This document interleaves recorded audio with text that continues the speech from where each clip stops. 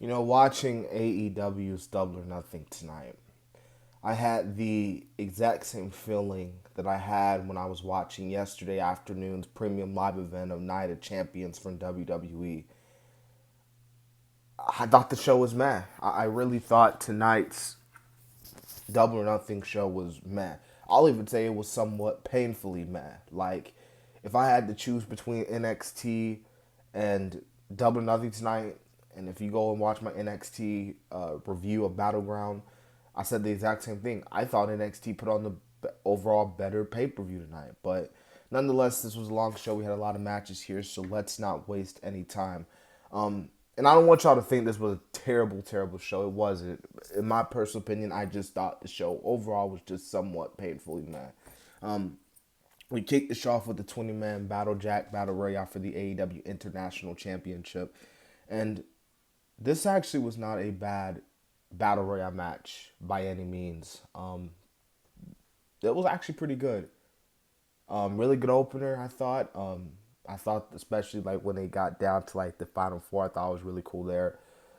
We had Orange Cassidy win, like I predicted, and he eliminated Swerve Strickland. I thought they had a little nice little one-on-one little matchup there before the end note. But Orange Cassidy wins. He retains his AEW International Championship, and yeah, I thought it was a little nice little way for get the crowd somewhat hyped because I'm gonna go ahead and say it since we're here doing this review.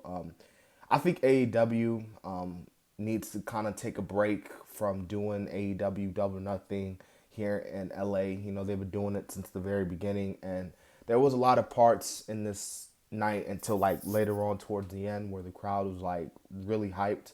Because at some points you had someone of the crowd being dead. You know what I'm saying?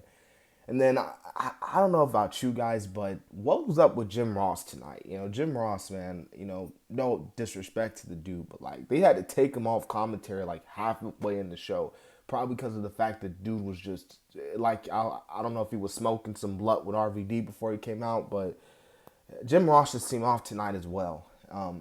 Anyways, Adam Cole took on Chris Jericho in the unsanctioned match. Sabu was the special guest enforcer. Yeah, this match again was one of the main reasons why I thought this pay per view just was overall just meh. I could not get into this match. I could not sink my teeth into this match. I thought this match, for the most part, was boring. And this is the first time Adam Cole and Jericho going off against one another, but something felt off about this match. Like then you had the craziness at the beginning, like Roderick and the rest of JS getting involved, and not even 30 seconds into the match, Sabu's throwing chairs at people, jumping off the top rope onto the ladder. Onto the table. But I just couldn't get into this match. The crowd couldn't even as well. But Adam Cole gets the win there, and him and Britt are actually facing Saraya and Jericho in a mixed tag match, probably the main event, Dynamite. So hopefully that will truly be the end of the Cole and Jericho saga. FTR defeated Team TNA, Jeff Jarrett, Jay Lethal to retain their World Tag Team titles. Players, Mark Briscoe was the special guest referee. This was alright, I guess you could say. I thought the match picked up a little bit, though, with FTR really got involved because Team TNA pretty much dominated the majority of this matchup.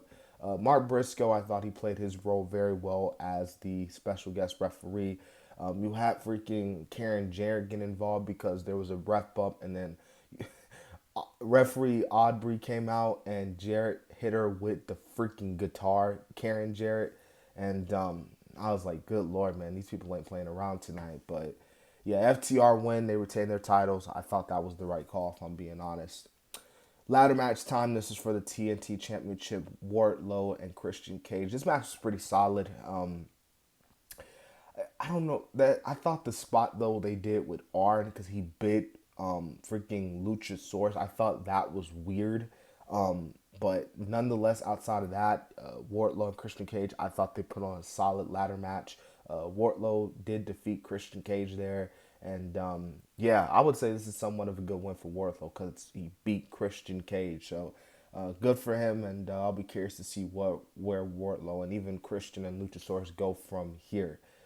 Next, Tony Storm and Jamie Hayter. Yeah, this match, I'm not surprised how this match got booked. I'm not surprised of the end result, considering that Jamie Hayter is like legitimately injured, and they was like, hey, we got to get the title off of her, and this is really the only way to do it. So yeah, Tony Storm. Hey, Tony Storm got her revenge. You remember? Because when they last fought, like at Full Gear, Jamie beat her, and then Jamie was officially named the world title.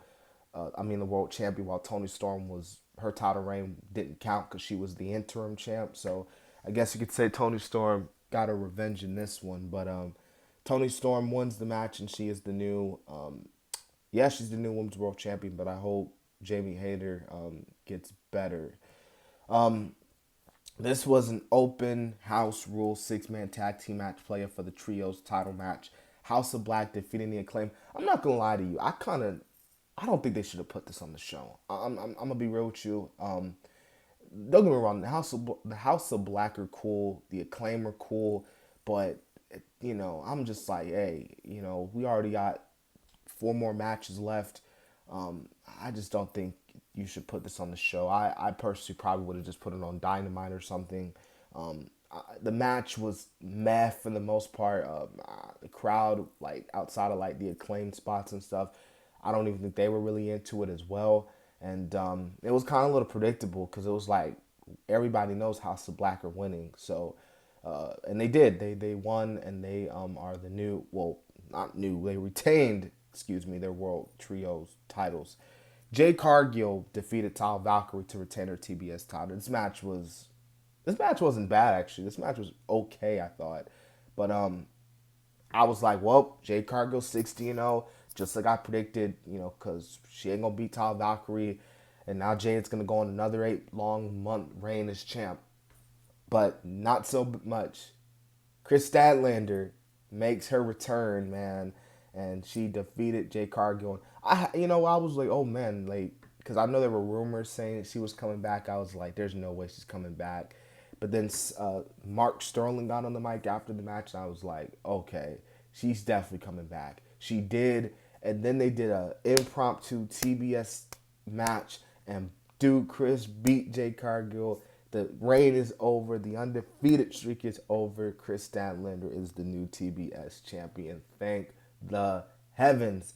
Tony Khan, and the crowd was into this as well because the crowd got hyped up as well, and rightfully so. Chris Statlander, was always destined to be the one to defeat and dethrone Jade Cargill. So the fact that she was able to do that tonight at Double or Nothing was a very cool moment for her and her fan base as well. I do think Jade Cargill is going to take a break. I don't really see her being on TV for a little while. So we'll be curious to see where she goes from here. But congrats to Chris Statlander on this night.